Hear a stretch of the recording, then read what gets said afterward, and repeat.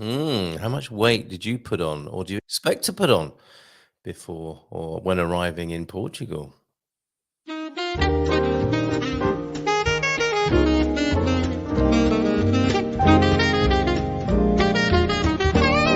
dia, Portugal! In Portugal, there's a YouTube show full of fun facts you need to know. Carl rings the bell and the members show to the GMP morning show. Featured guests will come and they will blow your mind. The audience will do so in kind. The little vanity mixed with some insanity on the morning show with GMP. Good morning, Portugal, and I'd like to welcome you to another fantastic day. Hey, Gumpers.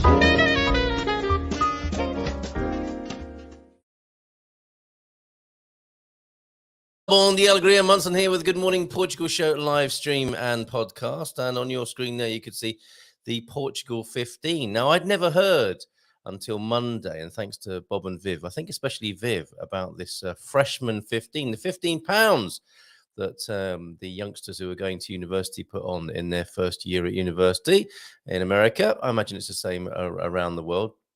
And it's a similar phenomenon occurred to me about moving to Portugal, especially prescient and appropriate with me looking at toning up a little bit. I don't know who else is with me on that, but I'd like to think it's going pretty well, actually. Third day in, and the foundations and groundwork are going very nicely, including more sleep and more water. It's the mindfulness, that I think is the secret weapon here. And thanks, of course, as ever, to James for his assertions and putting forth promotion of the mindful way of life. So, yeah, do you think you put on £15 in your first year here in Portugal? I think some people think it's a lot more than that. And what can we do about it? Is it more to the point? We will be bringing you a third installment of the the God Squad, growing old disgracefully. Good Morning Portugal's efforts to try and help you stay fit and healthy, as a bon vivant with a bit of gentle fitness, as designed and shared by Coach Turner, who I believe is already in this morning alongside the other gentlemen of the Gumpocalypse who've been assembling this morning. Great show lined up. We've got Jacqui Acevedo from Expats Portugal. First time we've spoken to Jacqui on the show. Astrid's on tour at the moment. So Jacqui will be joining us at around 1:45 with forthcoming attractions from Expats Portugal. And of course, let's find out a bit more about Jacqui as well and see how she fits in over there at the much loved Migration One-Stop Shop, helping you move to Portugal with the Dream Team, who, of course, I'll be on air with tomorrow evening from 9 p.m. And that's after the webinar tomorrow night, which is the top 5 tips for moving your money to and from Portugal. Guess who that's going to be with? Yes, of course, Spartan FX and Sarah Davey. We won't be teaching Portuguese tomorrow night. But it's not the right environment for that. But she will be back on the morning show to learn a little bit more Portuguese, peer-to-peer Portuguese. I would like to think I've come up and I'm running with the concept of peer-to-peer Portuguese. And I think it's been really helpful that we, as well as using the apps and the resources and having a proper teacher, that we rely on each other as well. To teach and learn together, and which I'm finding a lot of fun, actually. So join us tomorrow night, 7:30, if you want to know how to move your money to and from Portugal. Top 5 tips from the currency coach, Sarah Davey, from 7:30, and then the Dream Team from 9, and Jacqui's joining us from Expats Portugal at around 8:45 in about 10 minutes this morning. Should we go straight to that question? No, that would be rude to ignore everybody who's already lined up and ready to contribute, commune, and take part this morning. Coach Turner is in. Bon dia, Gumpers. Early start this morning as heading to Le Châtel and La Belle France. Have a great day all. 7:21. Cheers, Coach Turner. And our third installment of the God Squad program, we will conclude the show with that today, and we'll come back to your input on protein this morning, resistance training and weight-bearing exercise.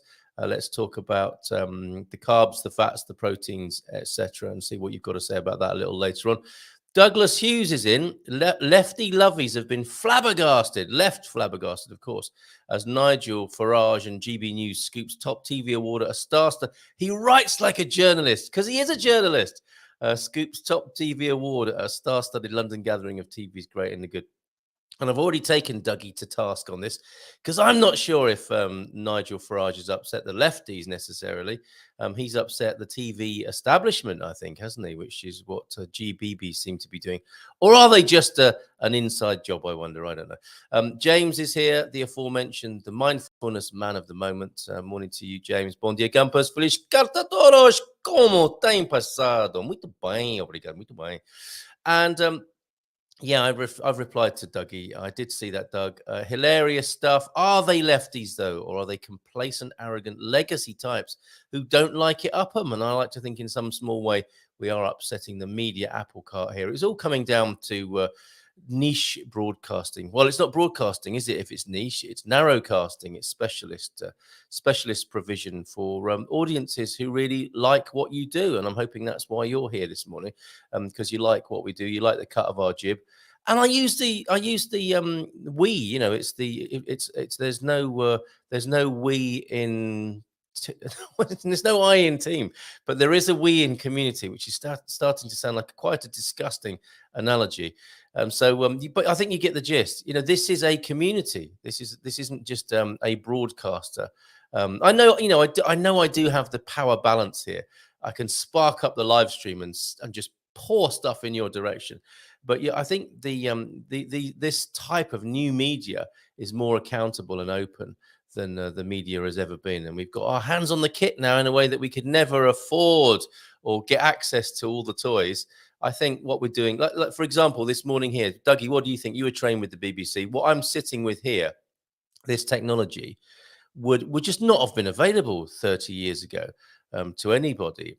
And it would have taken a team of 10 people and a massive budget to put this together, wouldn't it? Hard to believe, I know. But things are changing, and in some ways good, some ways bad, as with all change. But I'm hoping we're striking the balance as being a generally positive one. So if you like what we do, and I didn't say all of that just to beg for money, but if you do like what we do, why not support us at gmpvip.com?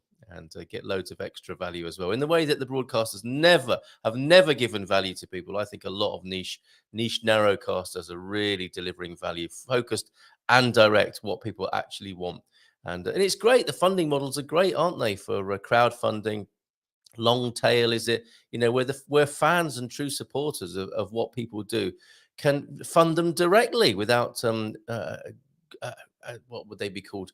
Hungry middlemen. Yeah, that's all right. Or exploitative. That's what I meant to say, wasn't it? Exploitative middlemen in there. And of course, they are mainly men, aren't they? Taking advantage in the middle. Disintermediation, I think, is the term that is used, isn't it? To bring the audience closer to the content producer. But for the community itself to be a creative entity, which I think we are here. Good Morning Portugal, with how we create information and content together, which is what we'll be doing this morning. It's our introduction to Portuguese politics. I don't think we've ever done it in quite this way. I put together a primer, a Portuguese politics primer, which is over on learnaboutportugal.com. And we'll be chatting through with your favorite lefty. The Doc will be joining us, I think, from the UK today. He's on tour in the UK. So we'll come back to the Doc at around 9 o'clock this morning. Bobby O'Reilly will be joining us in some way today. He's headed to the Troya Peninsula, another bit of content that I've been writing about in learnaboutportugal.com as well. And we'll come to the daily quiz question in just a moment, which is, of course, the centerpiece, the hearth around which our bottoms and the backs of our legs are warmed over at Learn About Portugal. The fun, the joy of learning something new about Portugal every day. We do that, of course, primarily with a question every day here on the Good Morning Portugal show. And we'll answer yesterday's question as well. So let's say a few more hellos and then get on with it, Carl, because Jacqui will be here in just a moment. Alan's here. Que tal, amigo?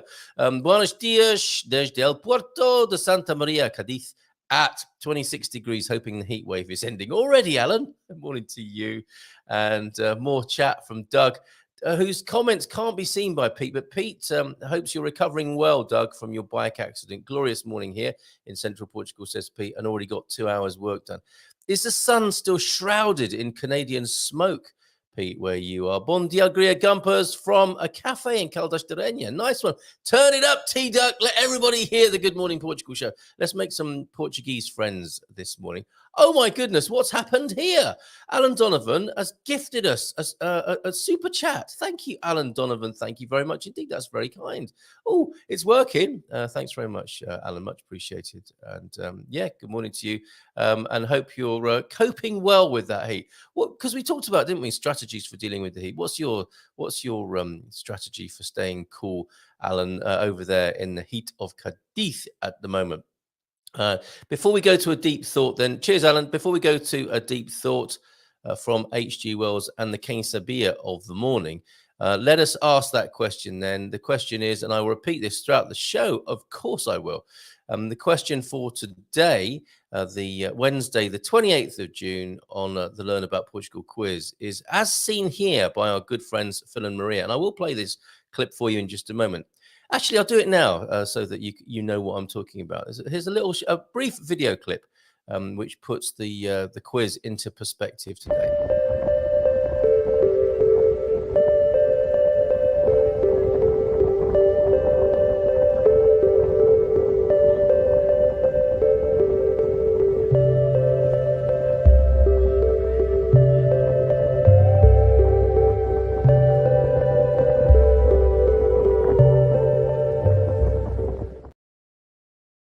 Oh, real pretty. Now, as seen there by our good friends Phil and Maria Ruff, which species of dolphin can be spotted in Portugal's Sado estuary in the Setúbal district?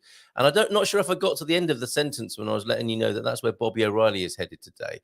So he might join us live on the blower. He might send some video, but he's going dolphin spotting. And I've got a lovely link for you as well, which I'll pop in the chat.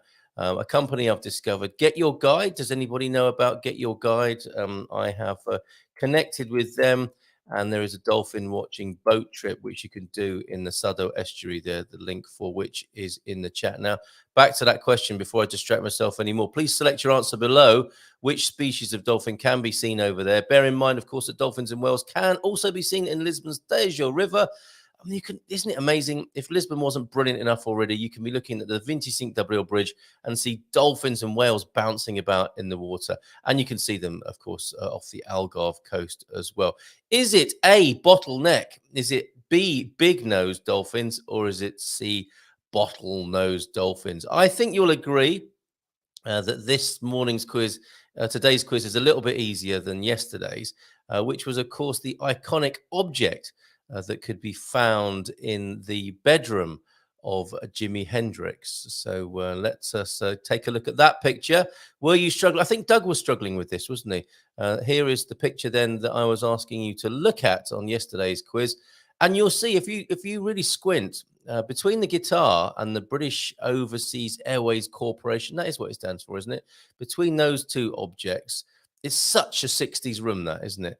With its hung tapestries and just a lot going on, you could say. And is that a fedora hat? I asked that yesterday. Nobody answered. Is that a felt fedora that Jimi Hendrix used to wear?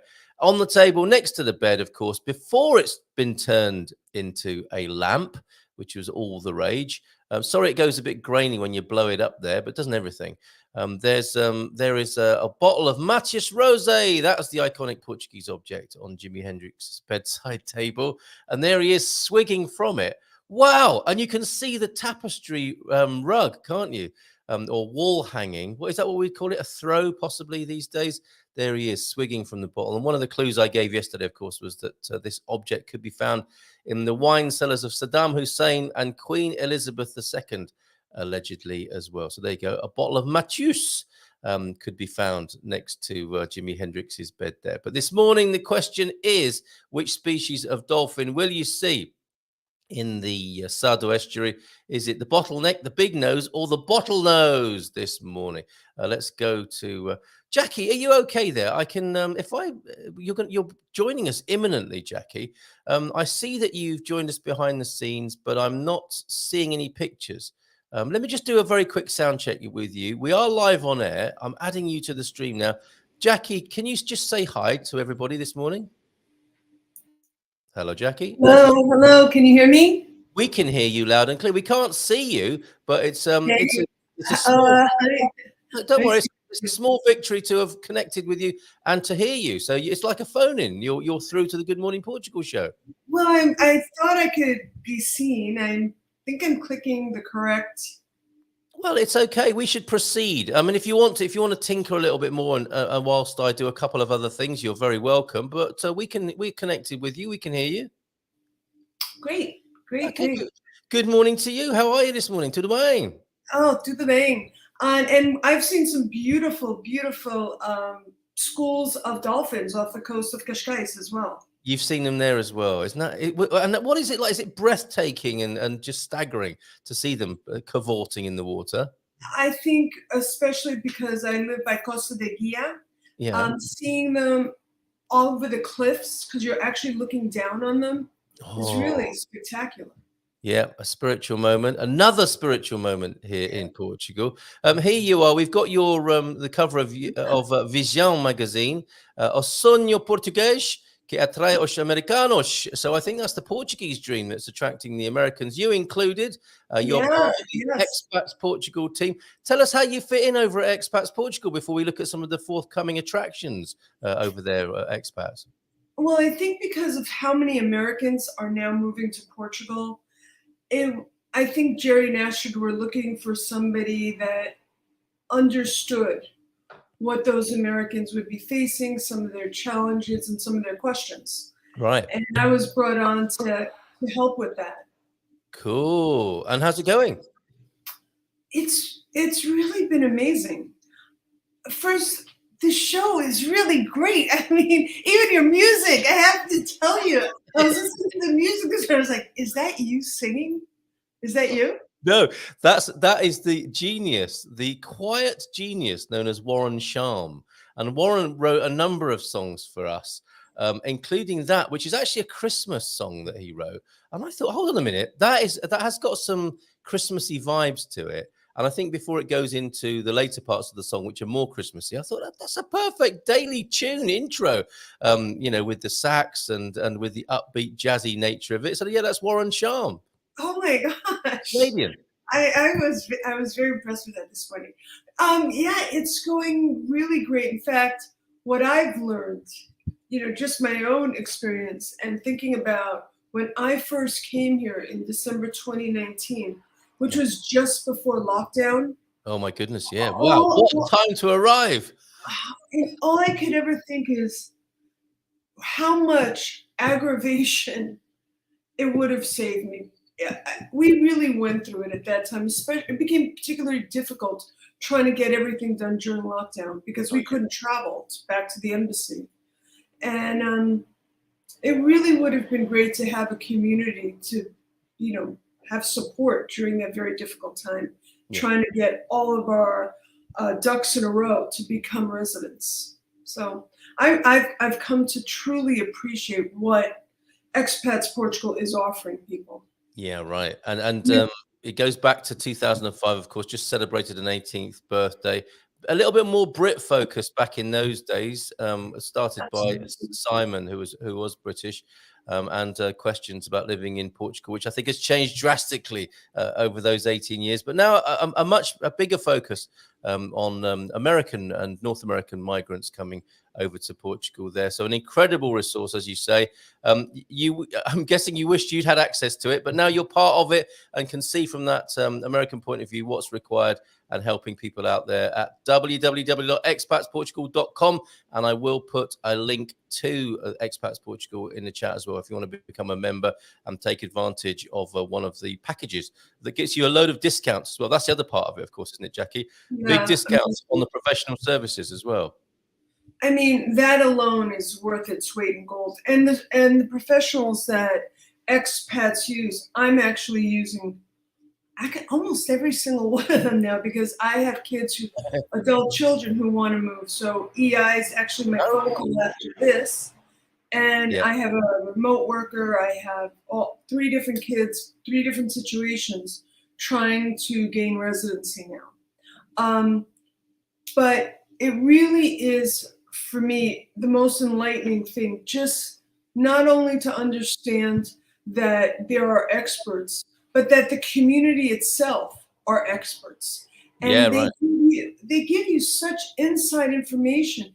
And one of the things I laugh about is that just knowing if you have to go to your consulate in the US, people will tell you such inside information like go in the morning because the people in the afternoon are horrible. You never want to use the people in the afternoon.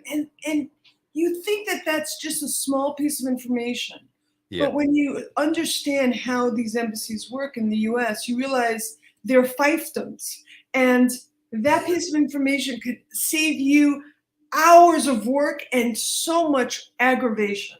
Yes, So it's really, I think, as much the community as the experts. Yeah, that's so true. It's that peer-to-peer help, isn't it? And those little nuggets of information are fantastic.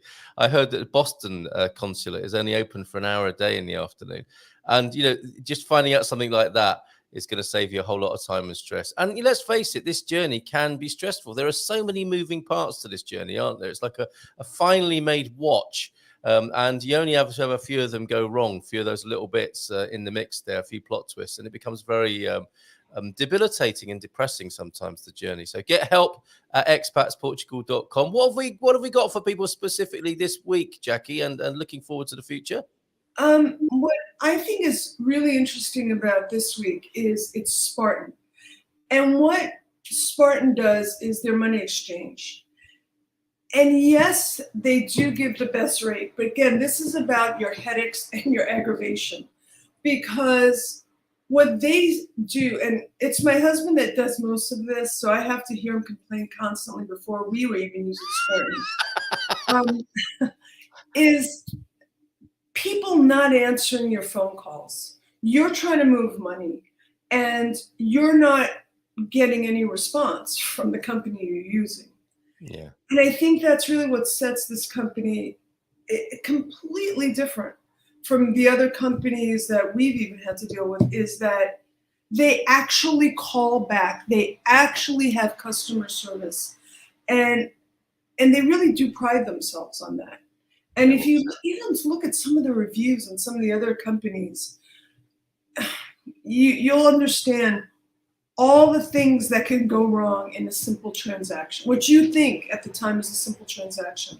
And yet what makes them different is things go smoothly.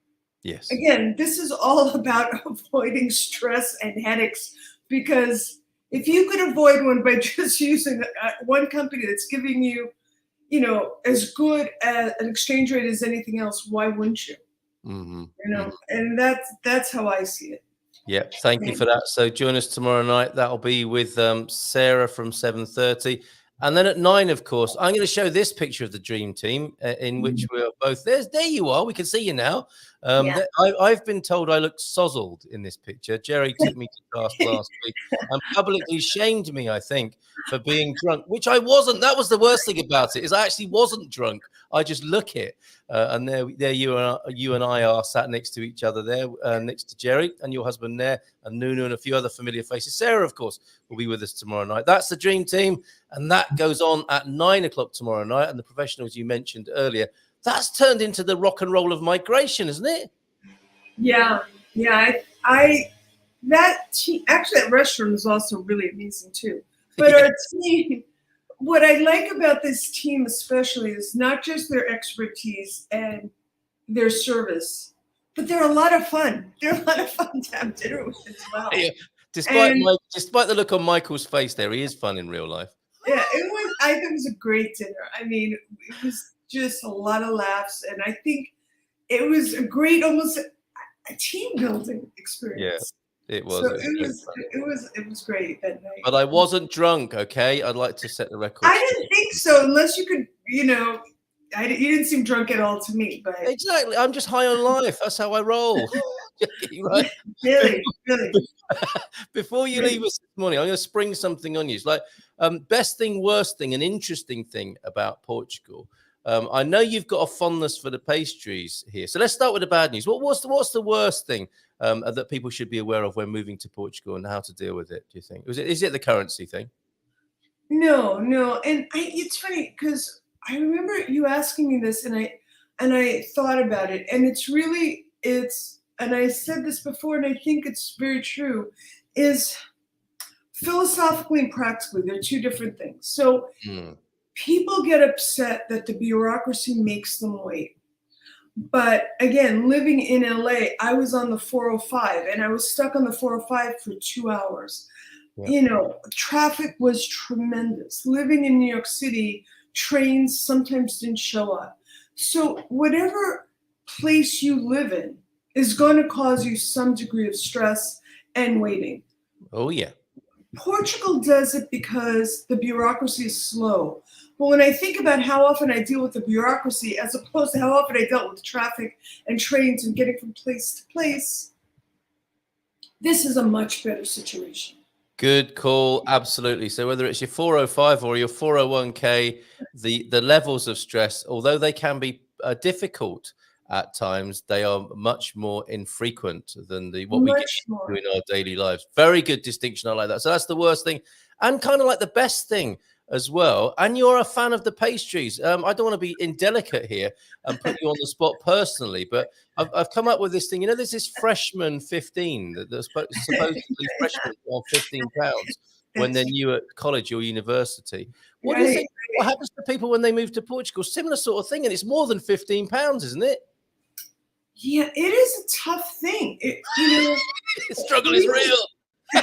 It is a real struggle, because when I moved here, I didn't realize that pastries were as well known as the wine. I mean, I thought, okay, I heard about wine. I could resist wine. I'm okay.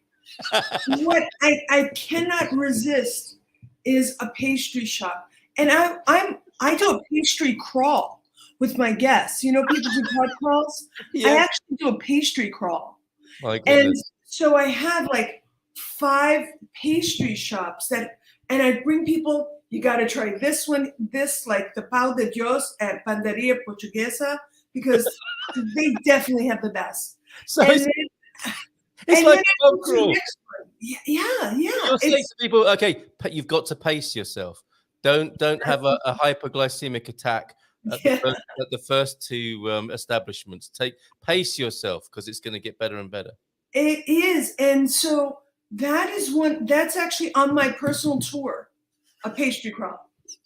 So look, £15, more like 15 kilos for me. So it's a real thing. Luckily, we do have assistance and help. I don't know, metformin is cheaper here, isn't it? I shouldn't joke about diabetes, but you've got to be careful with this. Any other a final insight from you, Jacqui? Great fun talking to you. You'll join us again next Wednesday, of course, as Astrid continues her global tour. But great fun talking to you. What's your final insight for people moving to Portugal from the Expats Portugal point of view? What I said it in that magazine. I think my insight is, living in large cities in the U.S., what always strikes me about the Portuguese is that they are very kind and they are very helpful and they are sincere. It's not that other people don't want to help you. It's that they're so focused on getting from one place to the next that it's like they have boundaries around themselves. Yes. And you don't get that here. People seem almost more open walking down the street. Yeah. So I think there's a whole different vibe about helping others. Fantastic to hear. And that's what you said in the magazine, is it? So you were interviewed. How's your Portuguese? Because it looks there like you did the interview in Portuguese. Oh, no. No. Terrible. I have to go back to studying. But my teacher says I'm a minute from being fluent. So I just that is so encouraging. We're all a minute from something. Yeah. In Portuguese. Oh, Jacqui, so good to talk to you. Great fun. And I got to say, sometimes Americans say to English people, I love your accent. I love your accent, Jacqui. Great. Oh my gosh. Great to talk to you. I worked so hard at losing it. So Well, in that case, I'm sorry, but I absolutely love it. And a brilliant article in Visão magazine, or Sonho Português, the Portuguese dream, which we're all a part of now, that's attracting the Americans. I see what they did there with Visão magazine. So, Jacqui, thank you very much. Looking forward already to seeing you next week, and of course on the webinar tomorrow night at 7:30, and for the Dream Team at 9 tomorrow night. Have a great day. Enjoy your pastries in Portugal. Ciao, ciao. my pleasure. Bye. Bye. There she goes. And there is the magazine cover on the screen there. Portuguese podcast listeners, Visão magazine, o sonho português que atrai os americanos from the Estados Unidos. Okay, let's move on and bring onto the screen. Let's keep that applause going and see if the doc is going to stroke the lucky cockerel this morning.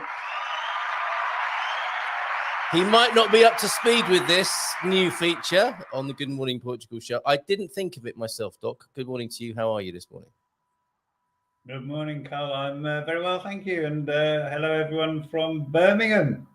I'd like to say sunny Birmingham, in Alabama, but I can't. Not in Alabama, in the United Kingdom. Indeed. As the air pollution a little bit tough there. You're coughing already, Doc. Is it industrial and grimy in Birmingham at the moment?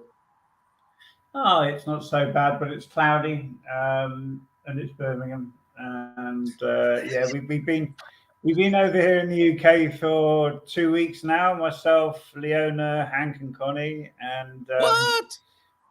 Yeah, we went on a road trip. So the 40th anniversary of me leaving school coincided with my birthday.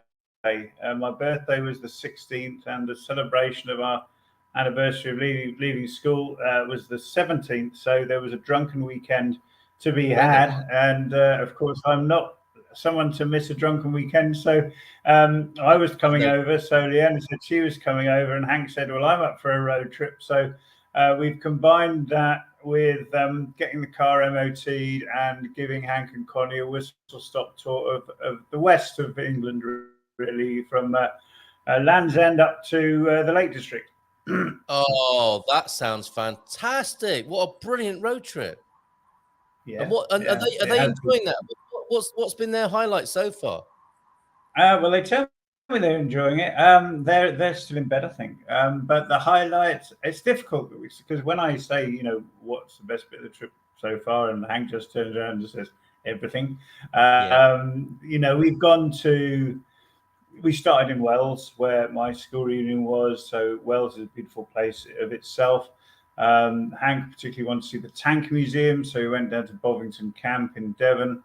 And then we went across to Tintagel Castle and Port Isaac, Land's End, Falmouth, St Maurs, St Just, Polperro Loo, Coverley up on the North Devon coast, Tar Steps on Exmoor. Oh, wow, what a tour.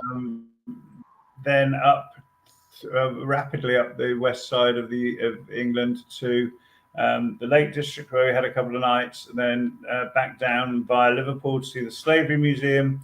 And we've got 4 days here in Birmingham. This is day 3. And then it's back down to Winchester tomorrow night, and then back on the ferry Friday morning.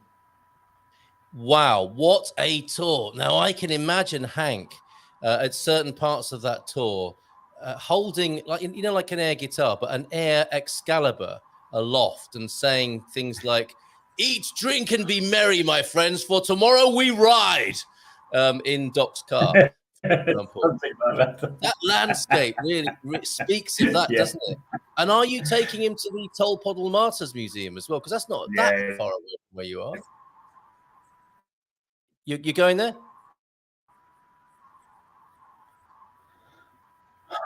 So I'd have loved to, but we have just crammed so much in. I mean, it's ridiculous. And so we leave here Thursday morning. We'll be traveling down via Milton Keynes, which is where I grew up, and then down to Winchester, and then we're on the ferry first thing Friday. So we haven't got time for cramming anything else in, but I'm quite sure this will not be the last time that something similar is done. Although Leona has said she probably won't be on another one, and because she hates traveling, and this has really tried her. And Oh, I'm so grateful. She won't be watching, but I'm so grateful for her support and presence.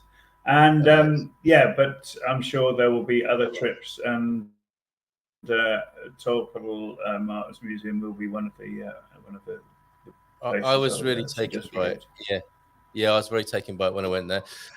So give our love to Leona, of course, and to Conk and Honey when they arise. We know Hank is not an early riser at the best of times. Oh my God, you're back in Brum again. What happened? Says Pete.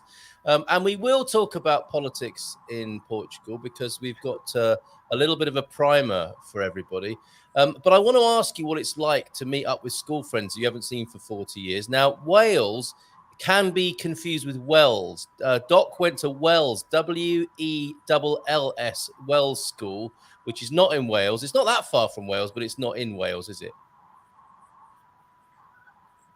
That's true, and we had to define our tour. I'd have loved to take them into Wales. I mean, lots of beautiful places in Wales and in the borders, but that's for another time.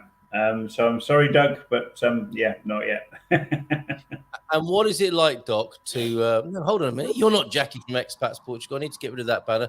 What is it like to see I'm not, people? no. What is it like to see people from 40 years ago? How have you all done? There's only one person there that I haven't seen since we left, but when he saw me, we recognized each other straight away. I mean, people there. So we have a very close knit year group. When I had my stroke, 15 of them came up to Birmingham to take me out for a 12-hour session in the pub.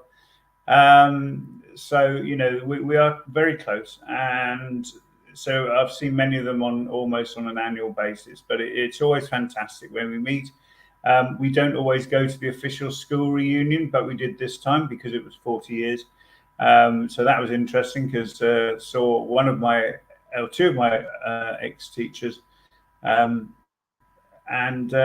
yeah, it was a fantastic experience, really fantastic. I bet. So they must have been knocking on. No disrespect to you, Doc, but they must be what, 70s and 80s, possibly, the teachers? Well, yeah, I mean, so Ken Humphreys, hi Ken, if you're watching, probably not, but anyway, Ken Humphreys was our chemistry teacher. He's wearing very well, but I guess he wasn't that much older than us. So we were in our teens, and he was probably a newly qualified teacher, so probably only 10 years older. So he probably is mid-60s. Yeah, I think he's still teaching. Yeah, there are different types of teachers, aren't there, when you're that age? There are ones who are the kind of rugger bugger, colleague-y type teachers, aren't there, who like to be one of the lads, I suppose. And then there are the really dusty, crusty old ones who look like they were 100 years old, even in those days. Amazing. Apparently, you're a proper cheese structure at heart. Then Wells is Somerset. How's those daps, my lover? Wells reunions. So were you comparing extra digits or webbing? That's so rude, Pete. Stop it. It's exceptionally rude, but it was fantastic. Cider and more cider and war. Oh dear, that's a party in it when the cider comes out. I love Wales, gorgeous town, says Douglas. Okay, we'll get into some Portuguese politics in just a moment. We've got some God Squad tips of the day to cover, and talking about protein, which I imagine you might have a bit of an input on, as well as our Quesadilla and deep thought of the day from H.G. Wells. But I see you've nailed your political colours to the mask already. There, not mask, no masks here. To the mast already, just so you know where the doc stands this morning. Yeah, I wouldn't want anyone to be confused by my political outpourings. It doesn't usually happen, does it? Let's face it. Okay, all right. Let's do some God Squad business then. With all the resistance training and weight bearing exercise you're doing, and this is what Coach Chen is encouraging us to do. It's going to be important to have the right nutrition. Carbs and fats form your fuel. Protein, however, forms the building blocks of muscle. So if you don't eat enough, no amount of exercise will build muscle mass. I've got to remember that, and have lots of omelettes and steak. But I think also you might have something to add on this, because he's talking about plant-based proteins as well. Guidelines based on the latest research suggest that 0.8 grams of protein per kilogram of body weight will maintain muscle mass, but to increase then up to 1.6 will be needed to build the muscle, I suspect. My own view is that between 1 and 1.2 is the sweet spot for most of us if we are training. Plant-based protein has been shown to be as effective as meat and dairy, provided there is a good variety. Now, you're a notable vegetarian here, and I think you've done some research into these new plant-based protein products. What have you got to say about that, Doc? There are vegan and vegetarian bodybuilders, of course, aren't there? There are. There is protein available. There is a vegan protein powder available from Decathlon. It's a German brand. I think it comes in chocolate and vanilla, so no guesses which flavor I choose. Someone said, I think it was James said earlier, 15 pounds, more like 15 kilos. I have put on 15 kilos in the last couple of years. I hadn't weighed myself. I went to the doctors. He asked me to go on the scales. I got on the scales. I fell off them very quickly. So I put myself back on the protein diet. So just literally, and you know, many people say this is wrong, but it's worked for me in the past, and rapidly and well. I do, and bearing in mind the protein levels, I agree completely with what Ian was saying. I do 100 grams of normally 100 grams of protein in protein shakes, and that is all I take, plus lots and lots and lots of water, and occasionally bran, because it tends to bung you up. And so I personally, I would rather people were going into ketosis and burning fat in order to lose weight, rather than eating carbohydrates. But you need to have advice on that. Don't just do it without some expert advice. But it has certainly worked for me in the past, you know, without exercising. You do not exercise to lose weight. You exercise to build muscle. Building muscle in itself helps you lose weight, but you exercise to build muscle and to help maintain your metabolism. Your weight loss is based on your diet. Needless to say, I had to pause the diet coming back here, because I couldn't go to Devon without cream teas. I couldn't. There wasn't room to carry all the protein powder. That's my excuse. As soon as I go back, I'll be back on the protein shakes only, and I'll be there till I get down to at least, at the most, 200 kilos, and possibly less, to 100 kilos, possibly less than that. Very good. So some excellent personal experience there. Thanks for that, Doc. And if you were to try and do a non-supplement approach then to building protein, how many omelettes or veggie burgers or steaks would you have to have 100 grams of protein, do you think? That's a really good question, because I've only ever done the calculations for myself and others who are asking about doing just protein shakes. The thing is, you have to go. It depends on the size of eggs, etc., etc. So you really need to go, and you can look it up. There are grams. There are tables of nutrients online. It's always on the packaging. Okay. So, but I mean, I wasn't expecting an exact answer. I'm just wondering, is the reason people do the shakes? Is it because it's much more convenient? I'll tell you why I do the shakes, Carl. If I've only got shakes in the house, I can only have shakes. If I've got anything else in the house, I can be exceptionally tempted. So when I was living alone, it was so easy to just order for delivery from Tesco's crates and crates of almond milk, and to order for home delivery bags and bags of protein powder. If I didn't go shopping for anything else, I wasn't going to eat anything else. I have such awful willpower. So that's what I used to do. Gotcha. And still do. Okay. That makes a lot of sense. Very good stuff. Okay, just a final thought then from the coach. If you're trying to lose weight, work on the carbs and fat rather than reducing your protein intake, unless it's already over the required amount.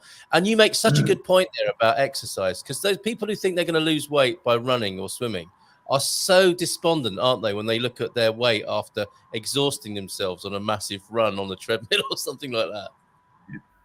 Absolutely. Don't measure your progress that you're making in exercise on your weight. Measure your progress on the on your measurement. So increasing the circumference of your biceps and decreasing the circumference of your backside is probably the best way of being able to measure that. Brilliant quote this morning. Thank you, Coach Turner. Thank you, the doc, for your insight on that then. We were talking about Nigel Farage and GBB's winning an award at the Trick Awards yesterday. Dougie called it a bit of lefty bashing, but I took him to task on that, because I think the media are not a very good representation of left and right, are they? They're often self-obsessed and self-serving rather than in any proper political category. They are London-centric elite, says Doug, who try to fit in by adhering to certain narratives. Calling them left-wing is a disservice to genuine socialists. You can see what on the screen now. He's a genuine socialist. You can taste the socialism. I can't see Doug's comments. Oh, okay, we've done that one. Pete, wishing you well there, Dougie. And we've got T-Duck joining us from the cafe in Caldestarania. Are you still there, T-Duck? And have you ordered a protein shake? Let's go on to a deep thought from H.G. Wells then. A very simple one this morning. Advertising is legitimized lying. Well, I don't think many of us would disagree with that, would we? H.G. Wells wrote more than 50 novels and dozens of short stories. Okay. As we move our way towards politics this morning and giving you a potted briefing of Portuguese politics, if you're one of those people who thinks, I would like to understand more, but every time I turn on the TV and see them all shouting at each other in the assembly, I don't really understand what's going on. Me and the doc are going to do our best to bring you a quick primer, a bluffer's guide or a beginner's guide to Portuguese politics coming up. Quem sabia then political songs, the Canções da Intervenção, played an important part in the protests against the totalitarian regime that ruled Portugal from 1926, this is the Estado Novo, up to 1974. We love this stuff, Doc, don't we? The songs were created to criticize what was wrong, mainly in a political point of view. One of the main protagonists was José Afonso, but others also contributed to its development. These artists, continues T-Duck here, started a new course and influenced the next generation of musicians. Their musical style reflected a confluence of music from French, urban, African, and Brazilian popular music. And by the late 70s, the revolutionary climate had subsided. The need to express political militancy through song was no longer felt by poets, composers, and singers who then redefined their roles. I love it. I mean, I think those are probably the most important songs to me, are the political ones or the social comment. You know, Marvin Gaye, What's Going On? That's a political song, isn't it? Mm-hmm. And love songs. And he is a great example, isn't he, of the purveyor of the greatest political and greatest love songs ever. What's Going On and Sexual Healing. You don't really need much more in life than that, do you? Absolutely. And, if you look at Bob Dylan and his roots in the protest movement and Willie Guthrie, when you go back further, and, protest songs have always played a part in political protest, both in terms of helping to unify crowds, but also being able to express dissatisfaction in a way that's a little more difficult to suppress by governments than the media is. You can't slap a Section D notice on an artist. It's difficult to do that, isn't it? And that has been our tried and trusted method of pushing back, isn't it? For a few centuries now. Amazing. Talking of great artists, our question yesterday, and we will review today's question as well. But yesterday's question was about Jimi Hendrix's gaff in Brook Street in Mayfair in London. I don't know if you've been to that museum. Apparently, it's a Handel and Hendrix museum. There are two blue plaques, I think, next door to each other. I think Handel and Hendrix were neighbours across time. And in Jimmy's bedroom, And I think because of the wine club, you'll probably know the answer to this, Doc. But Jimmy's bedroom looked like this. That's what your teachers would have lived like, I think, back in the day, possibly. And on the bedside table there is a iconic Portuguese object. And when you zoom in, you can see the bottle of Matches Matheus Rosa, yeah. and Jimmy having a swig from it there. So that was yesterday's question. And we are finding out this morning that Alan, who's with us, very kindly given us a super chat this morning. Alan, you saw Jimi Hendrix. I've lost the comment now. Oh, Jimmy in concert 3 weeks before his demise, it would appear. What an amazing moment. Sounds amazing, says Pete. I'm sure you were too young to appreciate him properly. Yep, unfortunately, I was in my early 20s. And isn't that an amazing thing? You know, what is Jimi Hendrix now? The legend, of course, is built upon his music and his tragic end. And we see him in a very different way to, I'm sure, the way that Alan would have seen Jimi Hendrix in his early 20s, a few weeks before his death there. Quite amazing. Today's Portugal quiz question is about dolphins, and some made an appearance on one of our 2-minute tasters that was shot in Quarteira then. So let's go to our quiz. I'm sure Doc's going to get this very easily. Come on, help me out here, computer. There we go. It's not actually the computer. I'm blaming the computer. It's user error. I want to bring onto the screen the quiz question of the day. You can find out more at learnaboutportugal.com. And here it is, today's question. We showed you a little bit of footage from Phil and Maria, who were very lucky to see. You can see the little video there. They were lucky to see dolphins in the Sado estuary. And the question is today, which species of dolphin can be spotted in the Sado estuary in the Setúbal district? Is it the bottlenose, is it the big nose, or is it the bottleneck dolphin? Would you like to hazard a guess at that, Doc? Bottlenose. And have you seen dolphins or whales in the waters of Portugal yet? There's a question. No, I mean, you know, our area of Portugal, the coastline we go to, it's a little rough to expect to see dolphins and whales basking in the sun. We're a long way from any nice quiet estuaries like the Douro or the Tagus or wherever else. But I've seen dolphins in the Algarve in previous incarnations when I came to Portugal, but not recently. Lovely. Okay. And this idea of the Portugal 15, and it's not pounds, it's kilos, I think people seem to be saying. Oh, before we leave Alan, his solution to staying cool is air conditioning. The amounts are fixed on my service. For those wondering why I sent 9.99 and not 10. Yeah, sorry about that. That's all part of that H.G. Wells comment on marketing and advertising, isn't it? Why shouldn't these things be rounded up now?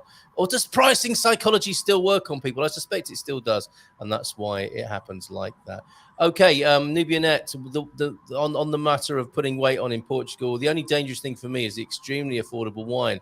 How can I not drink all the wine when it's a quarter to a fifth of the price at home? The bottle price is our glass price. That is quite extraordinary, isn't it, that comparison? It is marvelous, Nubianette, but it means that you use a lot more wine for cooking and life is just more affordable in general and a little more indulgent. Glad you're enjoying it all. And for me, that crawl would have been gluten and egg free. I have had a good gluten-free bread at a winery. Okay, so that brings something to the mix as well, doesn't it, of eating pastries here in Portugal. And at home, as a single person, brandy is my winey addition to food. Ooh, very sophisticated. Maybe here I would use port. Excellent. That sounds really nice, says Pete. But how did you afford those £12 cups of coffee and £8 pints of beer? That's to you, not Nubian. What's the cost of living like in the UK at the moment, Doc? Appalling. You know, I've had to work really hard to keep us within our budget. So I've managed to find accommodation at an average of £25 per person per night, which I think is pretty bloody good. That is good. But that's been working really hard on the internet and finding stuff, and also finding it where we happen to want to be. In terms of shopping, I'm not the one who does the shopping, but What was I? There was something. How much is a pint, though? Eggs. I mean, Okay, no, wait. something we can relate to. Well, we have been drinking Weatherspoon, so it's not too bad. But certainly, you know, £4 a pint. You know, £4 a and pint. That's a cheap pint as well. That's incredible. it is a cheap pint. Yeah. Down in Somerset, in Wales, yeah, I was drinking cider mostly, and it wasn't too bad. But I'll tell you what, eggs, right? So half a dozen eggs in the market in Wales, £2. A dozen eggs in the market in Leiria, €1. So that's 4 times the price. Incredible. And that's for locally produced eggs. Yeah. Okay. Better off in Portugal. Good morning, says Suze. Expected high of 34 degrees here today in Central. Looking forward to cooler climes of the Silver Coast. Well, we'll see you later at the meetup. Who else is coming this morning? Well, 1 o'clock actually. It starts 1 till 3 at the Palmeira Cafe. Let us know if you're going to be there. Silver Coast 22, the high today. It's been very breezy and very comfortable over here on the Silver Coast. Marxist, is that Groucho, Doc? So are you a Groucho Marxist or the Carl Marxist? I think a bit of both, Definitely, to be fair. Definitely. Well, yeah, a bit of both, but Carl mostly. Yeah. Plant-based protein is nowhere near as fun as bacon. Or you meat eaters will keep saying that for sure. Bon Diagria from Mark. Good morning to you, Mark. Lovely to see you here. Portuguese politics, too mind-boggling for me. Well, we'll see what we can do about that. We'll eventually get round to it this morning, Doug. I don't really understand much of it. Just Portugal actively encourage immigrants, whereas UK moans about them. Well, it depends on your perspective and how much Portuguese you can understand, because there are parties in Portugal that are moaning about immigrants. Part of the context of our conversation, I think, this morning is to understand what's going on. This is a sign. If you're really, if it's a bit like one of those going back to dolphins again. It's a bit like one of those trompe l'oeil or visual mind benders. If you can read that sign backwards there, you will see "Bem-vindo a Lisboa." Welcome to Lisbon, says the sign. But not to everybody. According to Chega here, Portugal precisa de uma limpeja. Portugal needs a cleanup. Vergonha, proud of Portugal there. Portugal pride, a different kind of pride there in the month of June. And that's a Chega poster. So I think it behoves us, does it not, Doc, to get a little bit more political savvy, because things are changing here, aren't they? From those heady days around the pandemic when many of us were finding our feet in Portugal. Politics didn't seem quite so intense, or maybe we just didn't know enough about it. But things are hotting up here, aren't they, on the political scene? They are, as indeed they are across Europe. But Chega are a nasty party. They have attitudes towards immigration which aren't so far removed from those of us who remember the British National Party or the National Front in the UK. And they have a fairly violent subtext. Now, that poster you saw crosses over the faces of the individual leaders of the other parties. And subconsciously, that's quite a violent image to portray. They're very anti-immigration, and they will play on those communities who have been adversely affected by immigration or feel they have been adversely affected by immigration, just as the right-wing neo-fascist and fascist parties across Europe have done over the last 100 years.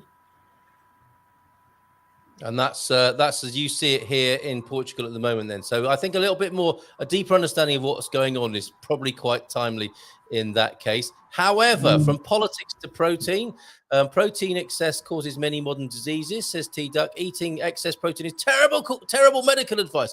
That is for building muscle, though, was the specific direction of that advice, wasn't it, Doc?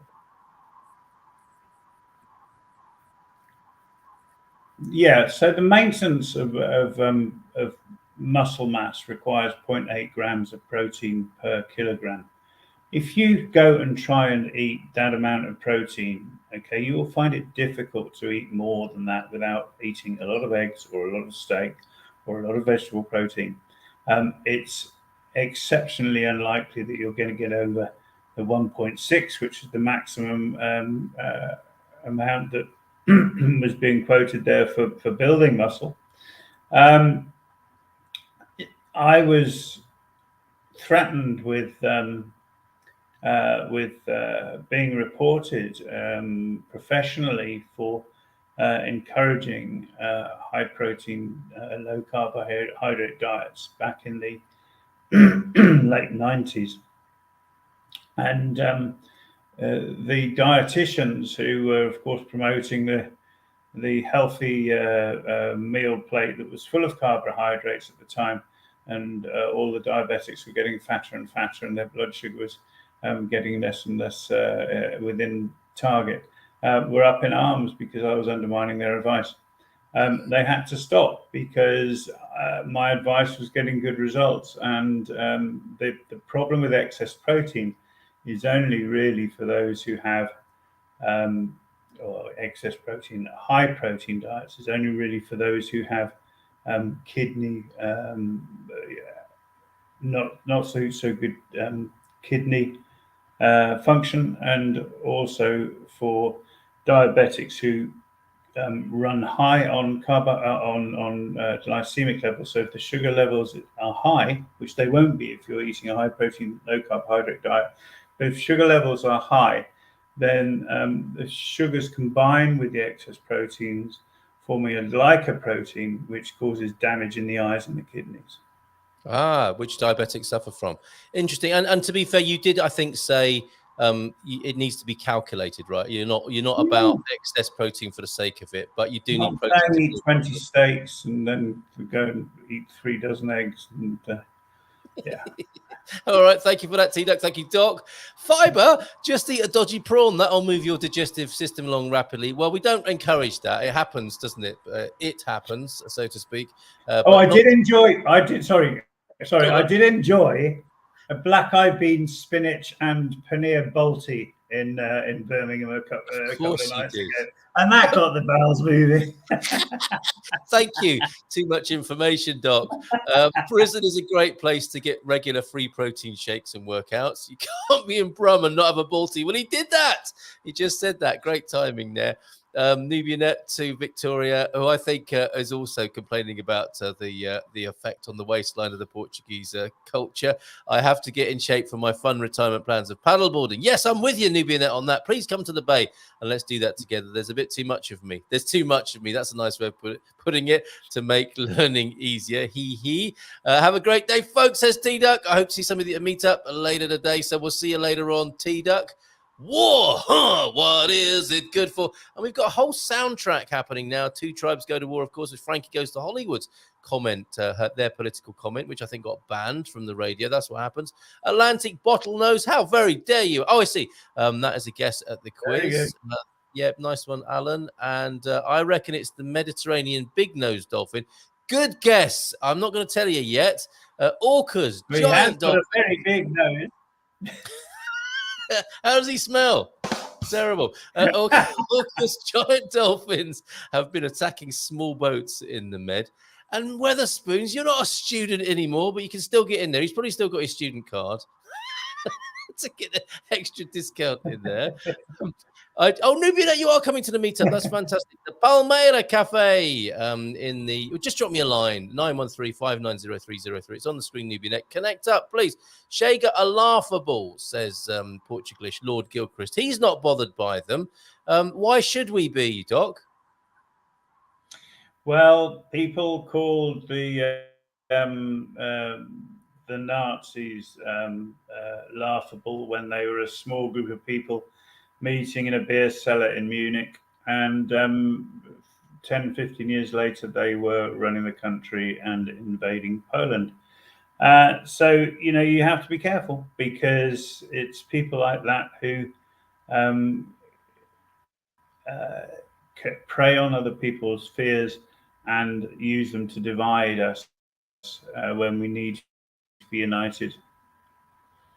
Well said. Okay, and I don't want to focus too much on one particular party and give them undue. I mean, we got to watch what's going on, but I think it's very easy to become very distracted by certain flagrant parts of the conversation. I'm not sure if we will be able to do that or not this morning. We shall see. And because there's talk of immigration, and of course with immigration you have to get a balance, don't you? You can't just go ahead on a sort of political poster approach, either one or the other. And I think Portugal is especially in need of sensitive management of migration. And I think that's as well as us poking the finger at people who we think are doing an awful job in highlighting the situation in a horrific and manipulative manner. I think there's an absence of conversation as well about the incredible process that this country is going through at the moment, which perhaps we can address it in some way here when we have our political conversation or primer this morning. But we have got quite a mixed conversation this morning, politics and protein. It's enough to give you indigestion. When protein is in higher proportion, usually your hunger level decreases and you wouldn't be eating too much protein over time. There is also vegetable protein as well. Yep. And thank you, Nubianet, for that. And Suze, it looks like a terrific Gumper lineup at San Martino de Porto meetup today. Absolutely right. So see you there. Let's get into then this political primer and tell you a little bit about Portuguese politics here after quite a lot of foreplay this morning. So I'm going to bring onto the screen my little primer here, and we're going to tell you about the parties and how the system works here in Portugal and what sort of political constitution we have here in Portugal. If you go to learnaboutportugal.com, I think you've got to be at level 2, haven't you, Doc, to get access to this, which you haven't been busy enough on learnaboutportugal.com. It was a 2-tier society for you yesterday, wasn't it, when you tried to get in? Yeah, terrible. Terribly exclusive, Carl. I thought you were an inclusive person. Oh, I've been shamed. But luckily, we can take that off the screen for the moment because I didn't know if Bobby O'Reilly was joining us or not. He is. He's at the Troya Estuary. We might even see some dolphins live this morning. Bobby, can you give us a thumbs up if you're ready to come on the screen? He's got a thumbs up right there. Yes! Bobby O'Reilly joining us. We'll come back to the politics in just a moment. Bobby, how are you? All good, buddy. Just arrived. What's going on there this morning? A bit of pandemonium here. We had a boat organised with a friend this morning to go out of Troya, and then at 5 o'clock this morning got a message to say that he was sick. Apparently he's organised someone else to take us out, and so we're going to have a bit of crack today along the Cabida coastline looking for dolphins, etc. You know. Superb. Have you ever seen them before there? Have you been down there? Oh, yeah. This is part of your territory, really, isn't it? Yeah. I've been out here loads of times, actually. There's a couple of different ways you can go. There's like this kind of a speedboat type thing. You sort of strap yourself into a seat, then you go out and there's loads of dolphins. They nearly always find them. And then there's other ones you can go out with chartered boats that like you just pay per person. I think it's 35 euros a person. They normally find them as well, and you can actually get in and swim with the dolphins and stuff as well. So, but it's it's really cool. It's really cool. So we're now actually going to take we're in Stubble about to take the foot ferry, the normal green foot ferry across, and be picked up over there then and go out for the whole day and have a bit of a picnic and a bit of a party on the water today. You know. Sounds great. Weather's looking good. Yeah, it's great. It's going to be a lovely day for it, to be honest with you. Yeah. So plenty of sunblock. No politics. No politics there. No politics there. Just get out for a nice day on the water. That's it. We've talked before, haven't we? You're the man who I think is bringing attention to living south of the water in Lisbon. It's such an obvious and brilliant thing to do, but it's taken a while for people to get used to the idea. And this, of course, going further south to Stubble, as you say, and going to see the dolphins in the water is really not far. If you live south of the water in Lisbon, let's say around, the Costa de Caparica, Aroeira, those sort of areas, Haddad de Mayo, how much further is it to get to a beach where you can see dolphins and be where you are this morning? Half an hour. Well, actually, believe it or not, you can see dolphins on Fun to Tell You sometimes. I found 2 dead dolphins on Fun to Tell You walking the dogs earlier in the morning. Probably from fishermen or whatever, but baby dolphins. Oh. And but you do see them like you could be on how would you say, in a bar or whatever it is, and you could look out and you can see a school of dolphins going by, even on Fontatelia. So the waters around here are full of dolphins, and so not just Fontatelia, but obviously the Stubble Peninsula is full of them as well, and even into the river, into the Teju River, you have a lot of dolphins and stuff as well. So there's plenty, but you're a half an hour anywhere really on the south side, even from Lisbon. You're probably no more than 35, 40 minutes from Stubble, and then across into the Troia on the foot ferry. It's 15 minutes into the Troia Peninsula. So, and you've loads to do over there as well. So there's lots of different types of charters you can take from the Troia Peninsula as well. So you can go fishing, you can go with the dolphins, you can go fishing dolphins. No, we can't. We can't recommend that. You can get that. You can get that. You can get that sort of a tuna-friendly dolphin here. It's quite nice, you know. But very tuna unfriendly. Apart from that, okay. And you can play at one of the best golf courses in the world, can't you? At Troia. Yeah. Well, I haven't been allowed on it yet. So. Was it your dolphin comments? Yeah. No, actually, no. I went down to see it. It's absolutely stunning. The place is stunning. It is. I have gone down to see it, but I haven't attempted to play it. I'd be ashamed of myself to play down there, to be honest with you. You know, that kind of sort of. I go out with the idea of I'll bring out maybe about 10 balls, and I judge my game by how many balls I bring back, and that includes the ones I find. Yes, that are someone else's balls. Well, you can always tell a lot about a man by the amount of balls he's got. And again, typically Portuguese. 1 minute you are in the water and enjoying an incredible. Yes, you heard Bobby right. 35, 40 euros for a dolphin tour. Other parts of the world would be charging you a whole lot more for that. You can jump in and swim with them by the sound of it. You can go to beautiful beaches. You can check out the Troia Peninsula. The Sesimbra National Park's not far away. And then there's that lifestyles of the rich and famous beach isn't too far away from there, is it? Comporta, isn't that just around the corner? Comporta, Malige, further down. I don't get the whole sort of price points, etc. But obviously it's an elitist type thing, and it's with people with more money than sense, and that's what they want to do with it. That's what they want to do with it. So it's the locals are a little bit stunned by it. But I went there a couple of months ago. Actually, last summer we went there. We went for a fish. We heard about the fish restaurant, and we ended up having burgers after seeing the price of the fish. Kids, what are you having? I don't know. You're having burgers, okay? Yeah. And the burger was I think 28 or 29 euros. What? And the new buyer, when you were buying the burger, this guy can't afford the fish. Burgers, sir. You were being judged on how you ordered. You know that kind of way. Yes, of course. And you know you're in expensive territory. Presumably one of those restaurants that sells fish by the weight. You're not going to find out how much it is until the end of the meal anyway. And last week we were on Fontatelia Beach, and we went down to the boats where the boats were coming in. We bought 36, kid you not, mackerel for €5 off the boat. Get in! That's more like it. Yeah. I had to smoke them. There were so many of them. I had so many, I had to smoke them. Quote of the morning. Well, have a great day, Bobby. Enjoy yourself out on the water there. Thanks for checking in with us.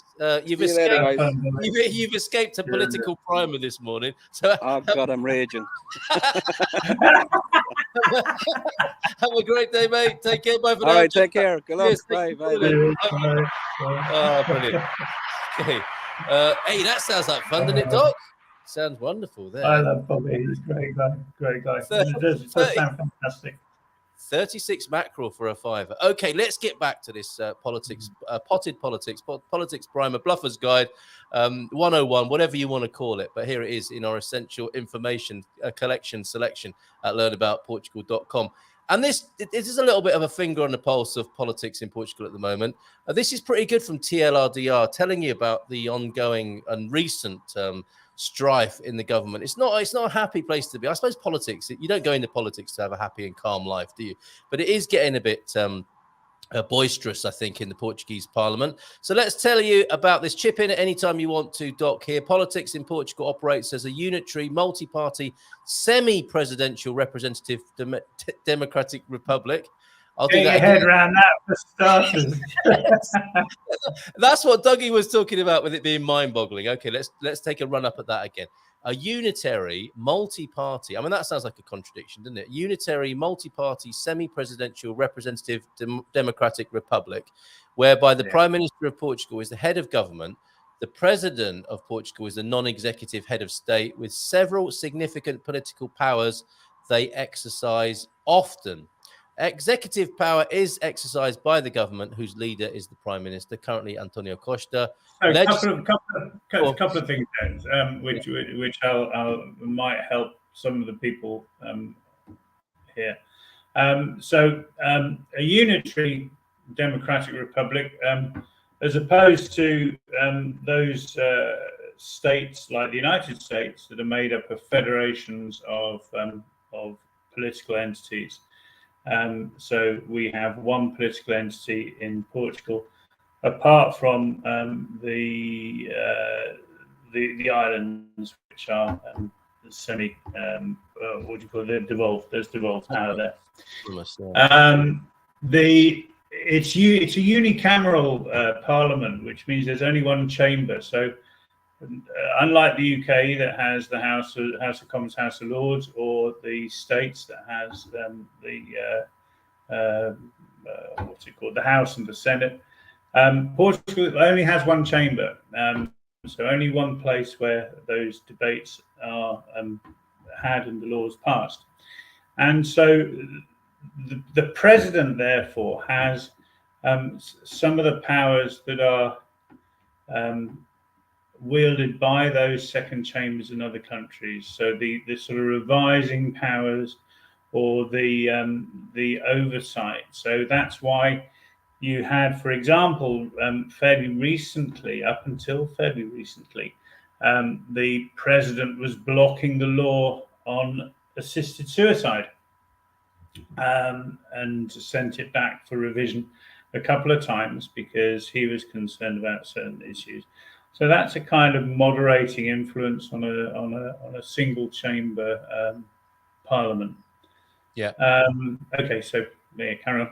that seems to work quite well, doesn't it? Because they almost anticipate what the president might say, and so they act accordingly, don't they? So that seems to be, as systems go, that seems quite a sensible way of working, and it seems to work more or less. I mean, I don't know of any country in the world where people are happy with their government. No. It doesn't seem to go necessarily with the territory, does it? And the bigger it goes, the more central it goes, I guess, the more unhappy people are.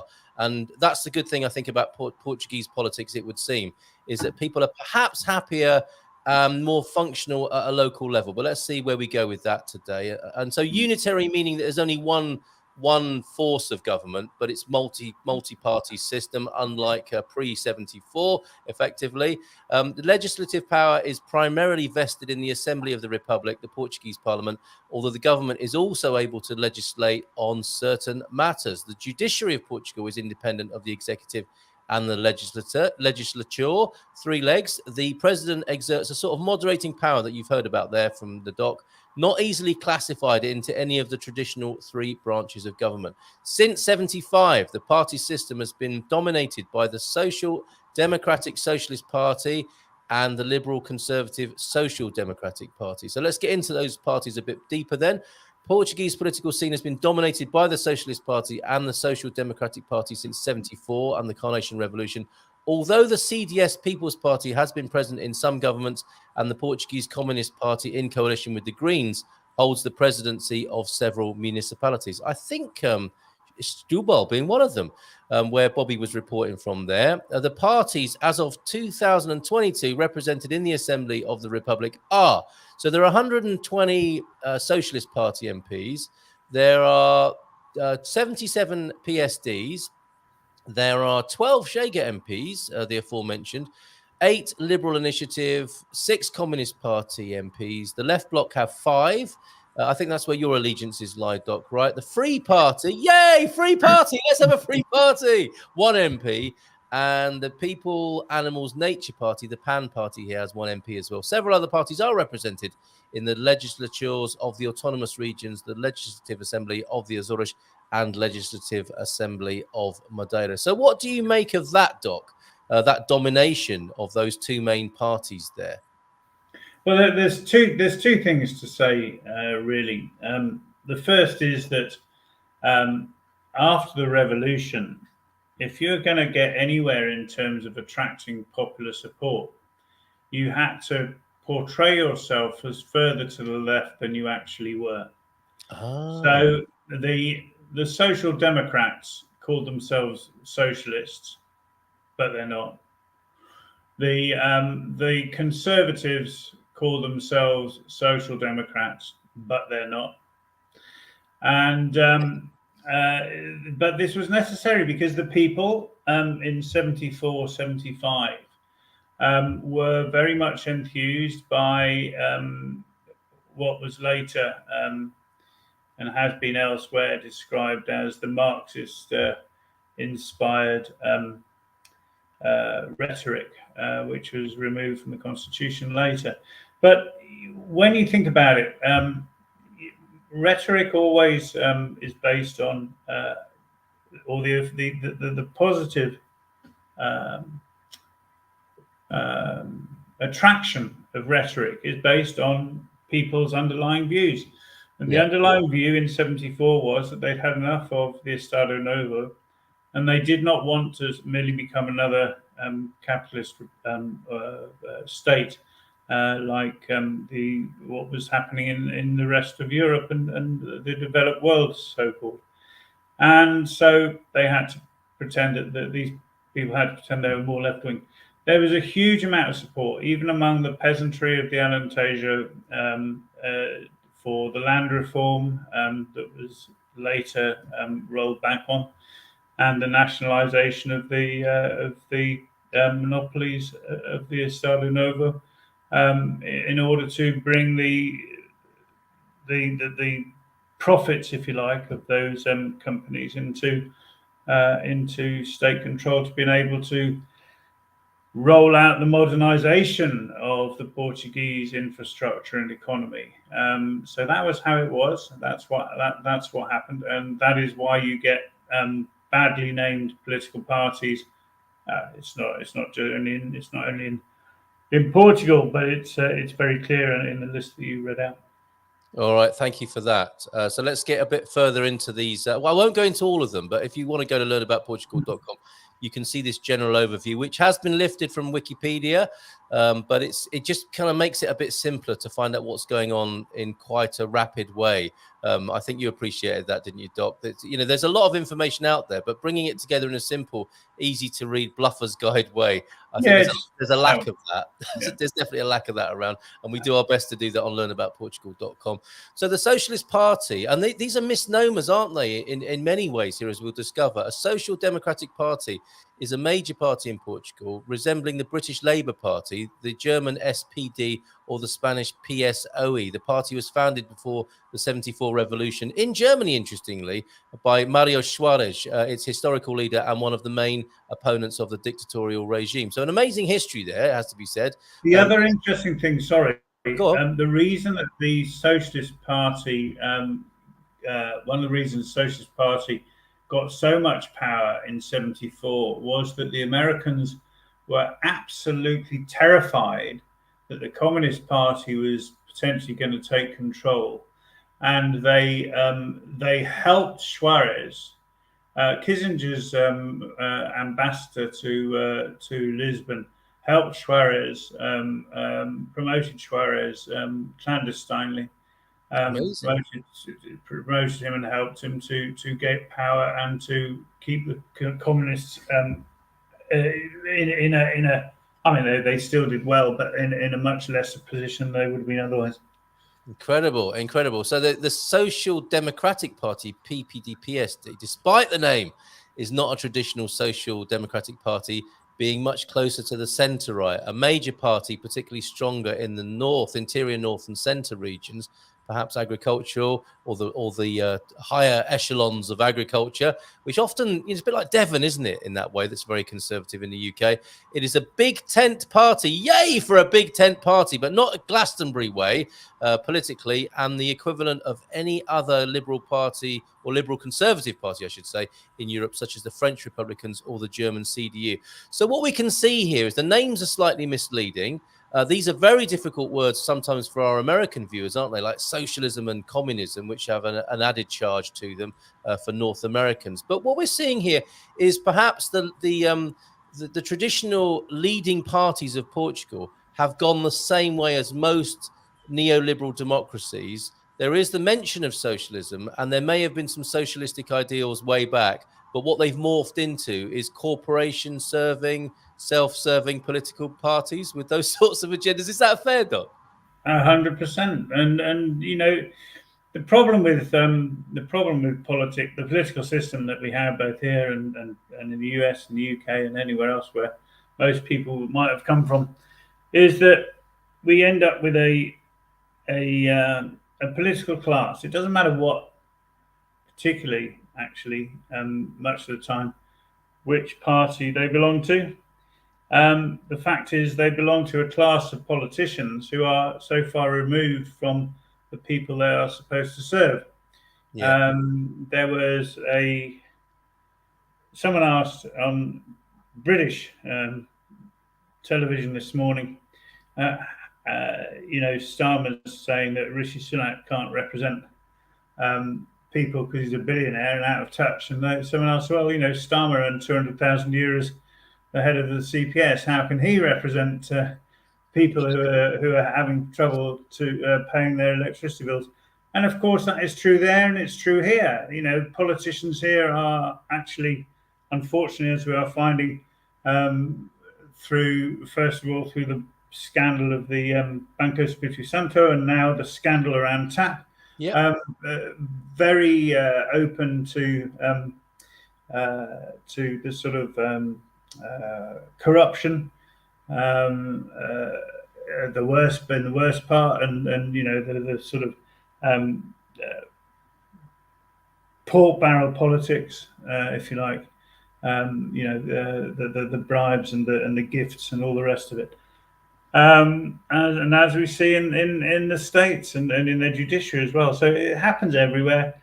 We need a different system. It's not good enough to tinker with the names of parties or play with their constitutions. We need a system which brings the people into the political decision-making process, and not just pretend to bring the politics closer to the people. Well said. I'm liking the cut of your jib there. And very, very interesting. We'll find out if the electoral system will in any way do that. We've got some good comments coming in. Now, it's just occurred to me, I actually don't know who Squire of the Shires is, but is that Eusebio, who's back in our community under a different name? Far-right radicalization of the traditional right allowed militant neo-Nazi activists to infiltrate an eroding centrist party. It sounds like it could be Eusebio, doesn't it? Chega intends to dismantle the Portuguese social state. It wants to privatize the national health service, schools, social security, and public transport, and hand these public goods to private groups. So in an even more radical way, you could say, than the neoliberal parties. And that isn't, it's interesting what you said there, Doc, that for anyone trying to get to grips with what's going on in Portugal, it's pretty much the same direction of travel as most Western democracies. It's just not as bad. Is that right? Yeah, and actually, Squire of the Shires, I presume probably Eusebio, is 100% right, of course. But not politically. Not politically, 100% definitely, I'm pretty sure. But the issue is that actually the so-called left, the Social Democrats of the Socialist Party and of the Labour Party, and of the Democrats in the States have allowed to a lesser extent, have allowed this creeping corporatization. So it's not Chega who have handed contracts for investigation and other health services to private enterprise. It's not, it's actually in many cases this sort of liberalisation was started under so-called socialist parties and the Labour Party. Blair started the privatisation of parts of the health service, and under a so-called socialist government here, there's been more and more handing over of functions of the state to private enterprise. Mm-hmm. And so, yes, it's absolutely right that we have to defend our services against that. But we also have to be very clear that while Chega would be an absolute nightmare for the Portuguese working class, that the rot started or has been aided and abetted by those on the left, or so-called left. I could talk to you much more about this, but I want to make sure people get the gist. But let's return to that, because it is fascinating. Portugal has 4 types of elections, and this is the electoral system that we want to let you know about: the presidential, the parliamentary, the local, both municipal and parish, and European. And you would think there is a lot of input there, possibly from people to influence politics at the local, most local and continental level there, given that is the case. The 2 autonomous regions of the Azores and Madeira hold their own regional elections. Presidential elections are every 5 years. Candidates are usually members of Portuguese political parties, but do stand as independents. Parties then choose a candidate to support. That's interesting. The president is elected in a 2-round system. If no candidate wins 50% of the vote in the first round, the top 2 compete in a second round and fight it out in a ring. No, I made that last bit up. However, the president has been elected after the first round of voting in most elections so far. It's almost like they know who it's going to be. And they're often lawyers as well, aren't they? Politicians and presidents here in Portugal. Formation of the Portuguese government, then, if a party wins more than 50% of assembly seats, that's 116 seats or more, they form a majority Portuguese government. Otherwise, the largest party can form a coalition government with other parties to take them over the 50% threshold, which is not the case at the moment. I've mistakenly said that in the past. Occasionally, if the largest party cannot form a coalition, the second place party can form a coalition with other parties. That's exciting. It is rare for a Portuguese party to win an overall majority in an election, which you might say is quite a good sign of democracy and a spread of views. But then again, it sort of depletes political power as well, doesn't it, at the same time, which I guess is one of the big contradictions of political power. The country has been ruled by minority governments for nearly half of the last 46 years, including the last 6. This is where the largest party can't or won't form a coalition, so rules without a majority. Minority governments are less stable and can be brought down with a vote of no confidence. And that's the constant threat at the moment. If you watch that video at the top here, that's, I guess, the threat that's being talked about on that TLDR news there. And that video is Portugal's ongoing political crisis explained in 8.25 minutes there. So back to the electoral system there. Yeah, if no candidates... Sorry, that's the president there. The country has been ruled by minority governments for nearly half of the last 46 years, as we've discovered there. Minority governments are less stable and can be brought down with this vote of no confidence, as happened to the PSD government just a few weeks before the 2015 election. You need to be 18 and over to vote in Portugal, and you can vote in Portuguese elections as at that age and over. Voter registration is automatic through citizenship. Foreign residents cannot vote in parliamentary elections or presidential elections. However, the following can vote in local elections: EU citizens who can also vote in European elections, citizens of Brazil and Cabo Verde who have been legal Portuguese residents for 2 years, nationals of Argentina, Chile, Colombia, Iceland, Norway, New Zealand, Peru, Uruguay, and Venezuela who have been legal Portuguese residents for 3 years. Unlike for Portuguese citizens, registration for foreign residents is not automatic. You can register to vote through your local parish council. You will need to have your Portuguese ID number to hand. Thank you, Expatica and Wikipedia, for that. Although you took issue with that last bit there, Doc. Yeah, I take issue with a couple of those bits, actually. I'm thinking about it. So first of all, where is it? Yeah, so formation of the Portuguese government, third paragraph, says the last 6 years have been ruled by a minority government. Of course, the current government is a majority Socialist Party government, so that's not up to date. But the more important one is that if you go down to the voting in Portugal, British citizens who came over before the Brexit deadline, so before 2020. Yeah. The end of 2020, can vote in municipal elections. I know because I've done it. So there was a time when I turned up to register to vote, knowing that I was allowed to, and the computer said no, and that led to an international incident, pretty much, because I contacted the whatever it is here, not the Home Office, but the equivalent, and the British Foreign Consulate, Affairs. and, Yeah. and complained that Portugal was in breach of the withdrawal agreement, because I was supposed to be able to register to vote. And Boom. within a couple of weeks, every parish was issued with instructions on how to register pre-deadline Brexit English nationals. Great stuff. And so, yeah, it's if you can grandfather your right as a Brit, basically, to act like an EU citizen, even though you're not one anymore. I'm not trying to rub it in there. But what you can't do is vote in EU elections as a British national. That's understandable, though, isn't it? Yeah. To be fair. Well, I don't know. Actually, I don't think so, because because you live here as a European, and you are subject to European law. So yeah. Yeah. Fair enough. Yes, I understand that. Okay.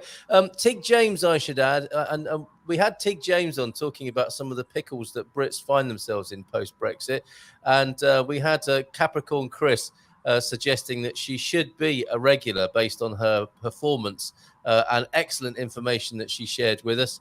So that is occurring. Tig James does have a monthly residency now. So any of you Brits who are post-Brexit and living in Portugal and concerned about the situation, Tig James joins us, post-Brexit Brits in Portugal, for a monthly residence as well. So just a little bit more chat then on this. That is all available at learnaboutportugal.com.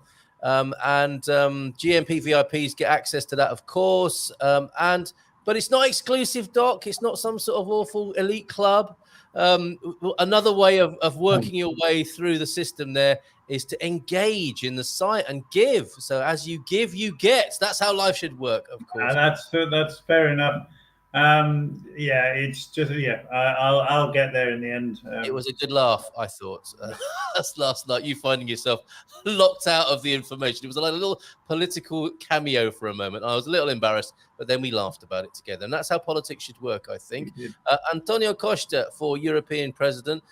We've had Lagarde in Sintra talking about how we're going to be punished further with more rate rises from the ECB.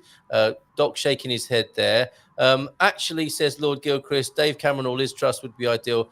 Why not Nigel Farage while we're about it, says Lord Gilchrist. I mean, these things are not unimaginable in the world of politics in which we live. And I think, is Squire of the Shires? I'm intrigued. Is that Square Eyes of the Shires possibly as well? Is that a good guess? But with Shago and these the rise of similar forces in society, they are very good in how they identify the plight and situation politically, but they have a misanthropic solution, don't they?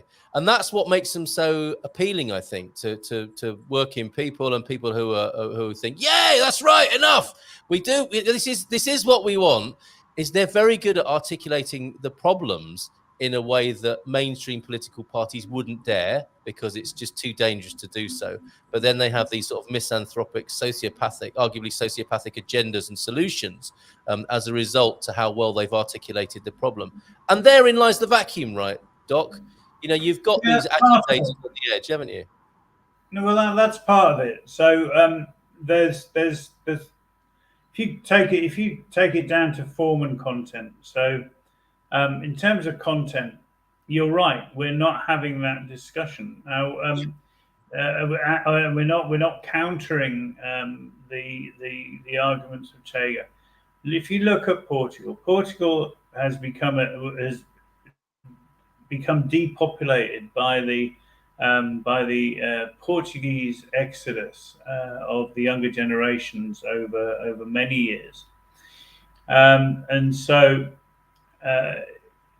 we need to almost to repopulate Portugal. We need to repopulate Portugal with skilled workers, but also those who will do the jobs which aren't being done otherwise, the agricultural labour. But we need to treat agricultural labour as property. There's been cases of modern slavery in Portugal and horrendous treatment of agricultural labourers in Portugal.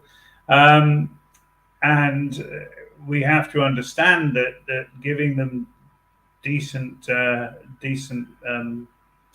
conditions and wages means increasing the price of foodstuffs, and at the same time we need to become more productive by attracting talent and an investment within a capitalist system. That's the only way that's going to happen. Of course, I would rather it were happening in a different way, but we won't go into that at the moment. So if you keep it within the capitalist economy system, then we need to be attracting people back into the country, and therefore an anti-migration stand is not the right way to go at all. Yes, we need to deal with the question of agricultural labour, and yes, we need to deal with the effect of incoming capital on land prices and house prices, but we must have we need to have a sensible and dare I say socialist as opposed to anti-migrationist conversation about migration. Yeah, and to be fair, I think there are people on the right who would rather there weren't slave labor, human trafficking, and those sorts of issues. That we have to face it. That is what's happening in Portugal at the moment. And as Pete says, go on. Sorry, that was the content question, and then you've got the question of form. So in all of the politicians, all the political party leaders, if you ignore their content for the moment and look at how they appear to the majority of the Portuguese, they appear out of touch, overpaid, privileged, mostly lawyers, as you say, and totally incapable of actually really understanding what it's like to be an ordinary Portuguese person. And this is why we need to bring people back into politics. And it's the same argument as we've had in the Labour Party in the UK. Why have we not got more bus drivers, more teachers, more trade union activists, more doctors, more nurses, more street sweepers being promoted through politics, and being able to keep in touch with the people who they're actually representing? Yeah, they're too bloody busy working and making a living, aren't they? And that's another part of our system, isn't it? Yeah, well, that's what it's designed to do. It's designed to keep the ordinary person out of politics. Yep, I know, Doc. Let's have a revolution. Oh, okay. There you go. Right. Pete, this is an interesting comment you make, and I share this with you. I have to say, moving away from the UK and the politics there, and I'm sure a lot of some of our American friends here, North American friends, also want to move away from horrific politics. But the thing is, and this is a horrible realization I'm having, is it's catching up with us. These forces are at work that we've moved away from, are at work on a smaller scale, and the direction of travel is the same. And so my invitation to people will be to get savvy about what's going on and intervene. And as actually, the funny thing is here, we could have an immigrant party, couldn't we? Given that, 800,000 people are immigrants into Portugal. That's a big population. And it is not one that is united in any way, as far as I can see. It's not representing itself to national government or European government. And it could be an amazing, if not a political force, it could be an amazing representational influence in Portuguese politics, and it could attenuate and take the heat out of some of these more inflammatory, emotional aspects that are going on. As the doc says, if you don't do politics, politics does you. You know, as much as it's true that workers are well protected in Portugal, that applies to just some of them. Your workers who've been brought over on, you know, have had their passports taken away, and the cops in Portugal are now empowered to look out for human trafficking. These people are working on farms at the moment so we can have cheap vegetables, the sort of thing we were approving of earlier on, how the fantastic cost of living. It might have been the grapes for that cheap wine were picked by somebody who hasn't got access to their passport and can't get away from this country. So that's a reality. And I think we're better off addressing that and representing those folks and talking with those people as fellow immigrants into this country, than we are ignoring it and maybe looking for the next best place to move to when it's all caught up, when the neoliberal nightmare has completely got Portugal under its heel. Anyway, that was quite political of me, wasn't it, Doc? It was. Congratulations. Do I get a certificate for that? Okay, from the doc. Okay, brilliant. Good to talk to you. Anything else you want to add on that? We're going to come back to the Learn About Portugal quiz question of the day. And the dad jokes, of course, don't go anywhere. We've got to lighten the mood with those, Doc. But maybe a concluding thought from you. Well, I think I've said it all, to be honest. But I would encourage people, you know, whether they identify the political party, a particular political party or not, to stay informed, and if you can get involved, get involved. Whether if it's not in a political party, at least in a community association, and make sure your views are heard by the local powers that be, because society is only society if everyone gets involved, and if everyone is not involved and is not socialist with a small s, if not a large one, then we do not have a functioning society. Yeah, they're the best of the socialistic values, and good values do transcend, I think, political parties. So let's get back to those rather than trying to squeeze ourselves into these horrific boxes that we've alluded to earlier on today. Thank you, Doc. The question then on the Learn About Portugal quiz for today, Wednesday, the 28th of June, is we saw a wonderful video, which you can see at learnaboutportugal.com. Phil and Maria captured dolphins swimming in the Southern Estuary. Which species of dolphin are they? Are they bottleneck, big nose, or bottlenose dolphins?